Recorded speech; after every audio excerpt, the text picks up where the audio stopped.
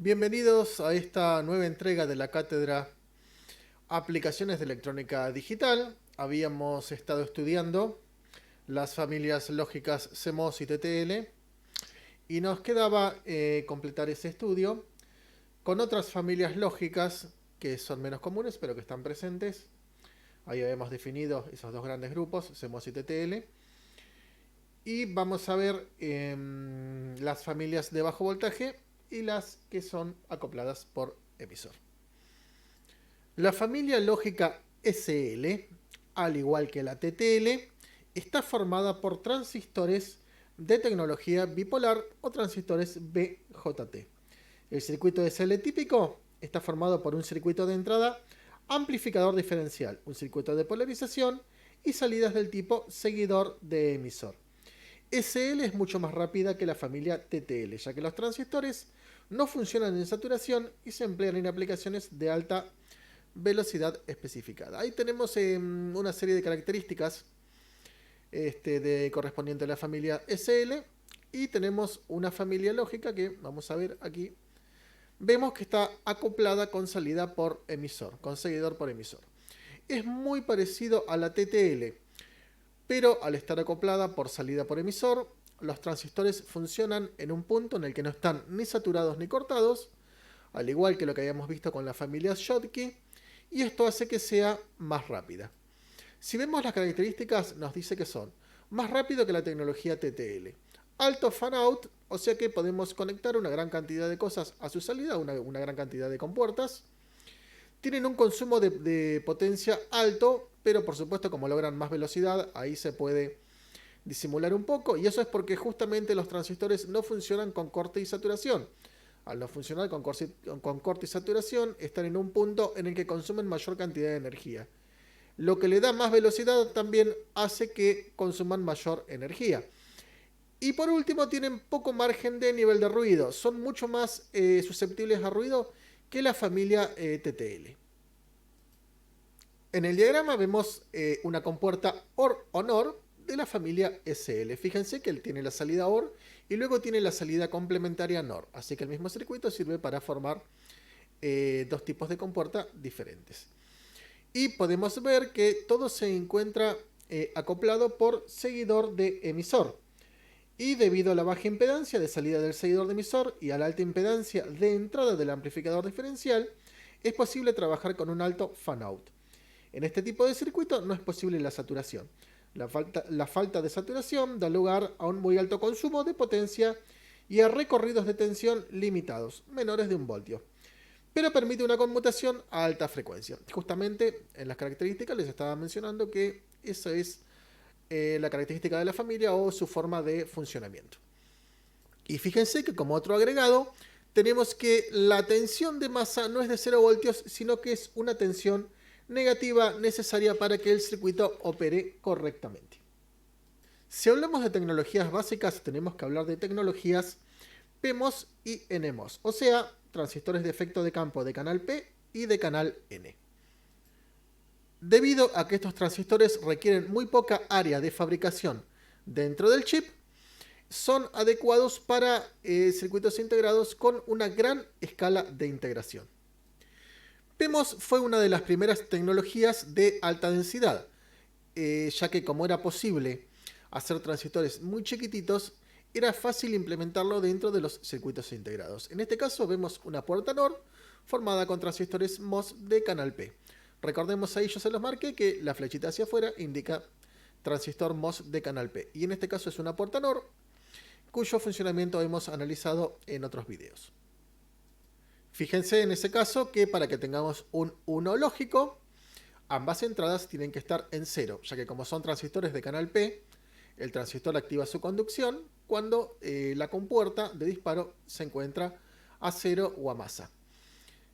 Y en la parte de arriba figura que es como VCC o como masa, porque como tenemos tensión negativa, podríamos utilizar lo que vendría a ser la conexión de alimentación a masa, y al tener tensión negativa la compuerta opera de la misma manera. En ese caso, cuando ambos transistores reciben un 0, conducen y vamos a tener un positivo o un 1 lógico en la salida. En los otros casos siempre vamos a tener un 0. Como es una compuerta NOR, sabemos que 0 más 0, 0, negado 1. Y en todos los otros casos nos daría como resultado un 0, ¿no? Cualquiera de las dos entradas que se encuentre en 1 siempre nos daría 1 más 0, 1, negado 0. Si ambas entradas fueran 1, sería 1 más 1, 1, negado 0 también. En el caso de los dispositivos NMOS, cambiamos los transistores de canal P por transistores de canal N. Vemos cómo está configurada internamente una compuerta y ahí tenemos el estudio de ambas tecnologías, NMOS y PMOS, hecho con transistores de efecto de campo de canal N y de canal P. El análisis de funcionamiento de la compuerta NOR es muy similar al anterior, en donde abajo tenemos la entrada A y B, y solamente vamos a tener un 1 lógico cuando ambas entradas estén en 0. En la tecnología I2CMOS o I2CMOS, el 2 está reemplazando ahí, fíjense que pueden encontrarlo como tecnología como EECMOS. Como son dos es al comienzo, es lo mismo escribir E2CMOS. Y se refiere a borrable eléctricamente, ¿no? Electrical Erasable CMOS. En este tipo de tecnología tenemos como característica una puerta flotante. Esta puerta flotante que está marcada ahí en rojo es un elemento de memoria y no es más que un capacitor que se carga de energía almacenando un 1 o un 0. O sea que acá tenemos una celda de energía cuyo elemento para guardar la información se trata de la puerta flotante en el transistor. Como la puerta flotante del transistor tiene una impedancia elevadísima, esa compuerta no se descarga, sino que ese pequeño capacitor que forma queda cargado indefinidamente hasta que el transistor es el que lo obliga a cargarse o descargarse cuando lo queremos cambiar de estado. Si no actuamos sobre la celda, siempre queda almacenado el dato que tiene, ya sea un 1 o un 0.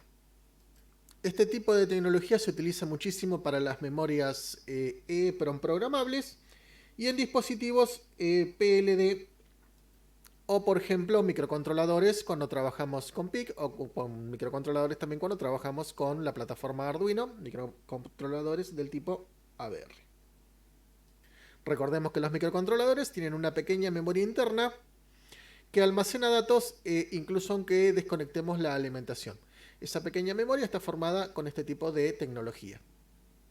Siempre cuando vemos una memoria EEPROM en algún circuito, bueno, nos remitimos a este tipo de configuración de puerta flotante en donde se pueden almacenar datos. En este caso un bit, ¿no? Si quisiéramos realizar una memoria, por ejemplo, de un K de 1024 bits, vamos a tener que formar 1024 celdas como la que estamos viendo en la imagen.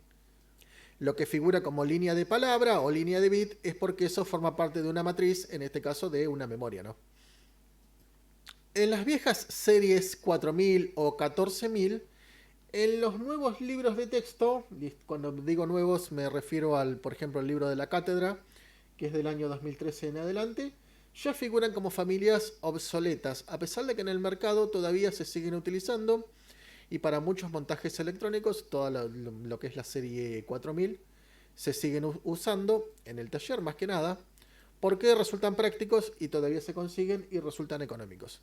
Y como son circuitos integrados con cápsulas comunes, permiten armar aparatos sobre el protoboard cuando estamos estudiando o cuando queremos probar algún prototipo, y por eso todavía se siguen consiguiendo.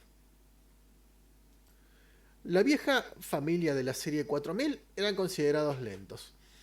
En muchos casos se utilizan para aparatos comunes, osciladores, compuertas, detectores y demás.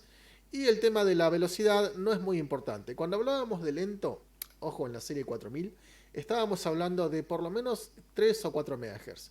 O sea que el lento es relativo ahí porque para la mayoría de las aplicaciones es suficiente. Tenía poca disipación de potencia, eran circuitos integrados de bajo consumo, figuran como obsoletos en los textos nuevos. Si ustedes agarran ya algún libro nuevo, ya figura como que están discontinuados. Y soportaban tensiones de 3 a 15 voltios, e incluso algunos llegaban hasta 18 voltios de alimentación. Con lo cual eran prácticos y útiles a la hora de utilizar en el taller o el estudiante que armaba aparatos con este tipo de circuitos integrados. Y yo me he fijado y todavía siguen figurando en los catálogos y demás y siguen viniendo. A pesar de que como ya se consideran discontinuados, es muy probable que en un futuro tiendan a desaparecer del mercado. Recordemos por último que los pines no eran compatibles con la familia TTL. Cuando estudiábamos TTL y CMOS, cuando utilizamos, por ejemplo, una compuerta o una serie de compuertas del tipo 4001, si buscábamos el equivalente en TTL, la disposición de las patas cambiaba. Por lo tanto, en un circuito no podíamos reemplazar CMOS y TTL sin modificar todo el conexionado. Hasta acá estaba todo bien porque habíamos definido dos familias que no se cruzaban entre sí.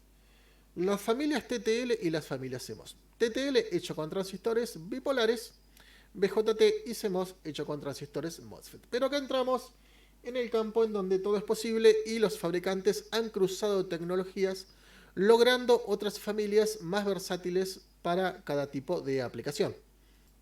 La familia de circuitos integrados BiCMOS es justamente una cruza entre ambas cosas y combina la baja potencia del CMOS con la alta velocidad del bipolar.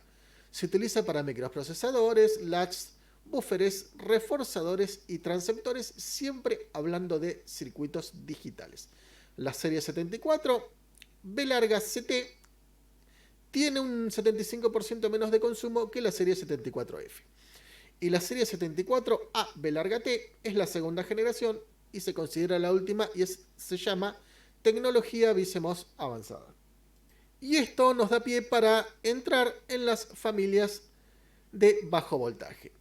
Como ustedes se habrán dado cuenta si trabajan con computadoras y demás, podemos encontrar dispositivos que funcionan con voltajes bajísimos. Por ejemplo, memorias que funcionan con 3,3 voltios, 2,5 voltios, incluso 1,2 voltios. Si ustedes andan en la parte de computación, se habrán dado cuenta que la mayoría de los núcleos de los procesadores, incluso hoy en día, funcionan con menos de 1 voltios. Tenemos procesadores Athlon, por ejemplo, que funcionan con 0,9 voltios o 0,95. ¿Dónde entra todo eso con la descripción que hicimos? Bueno, en esta familia de tecnologías de bajo voltaje, que veremos una breve descripción a continuación. ¿Por qué nace esta familia? Por una simple necesidad. Al ir acumulando cada vez más transistores y elementos dentro de un chip, son cada vez más pequeños.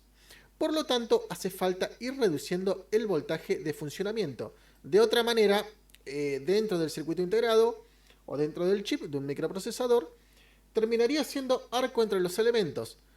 Ahora, hablamos de 5 voltios, de 3,3 voltios, y es posible hacer un arco de tensión con esas tensiones consideradas bajas, porque estamos hablando de escalas de integración dentro de los nanómetros. Los transistores ocupan tan poquito espacio que hay peligro de que haga cortocircuito internamente por ese poco espacio que ocupa. Entonces, el truco o la solución es ir bajando el voltaje. Por lo tanto, van apareciendo familias lógicas cada vez de menos voltaje. Dentro de esas familias lógicas tenemos, por ejemplo, acá anoté algunas, aunque no son todas, hay más. La familia 74BLC, B corta LC, que es la familia más utilizada en la actualidad y es la familia de 5 voltios. Es una familia ampliada que combina todo y busca lograr la mayor velocidad con el menor consumo. La segunda familia, la familia ABLC, es la familia de 3,3 voltios, que hay mucha cantidad de chips fabricados con ese nivel de voltaje, por ejemplo en computadoras, en televisores LED. Prácticamente todos los microprocesadores de los televisores LED ahora están funcionando con 3,3 voltios.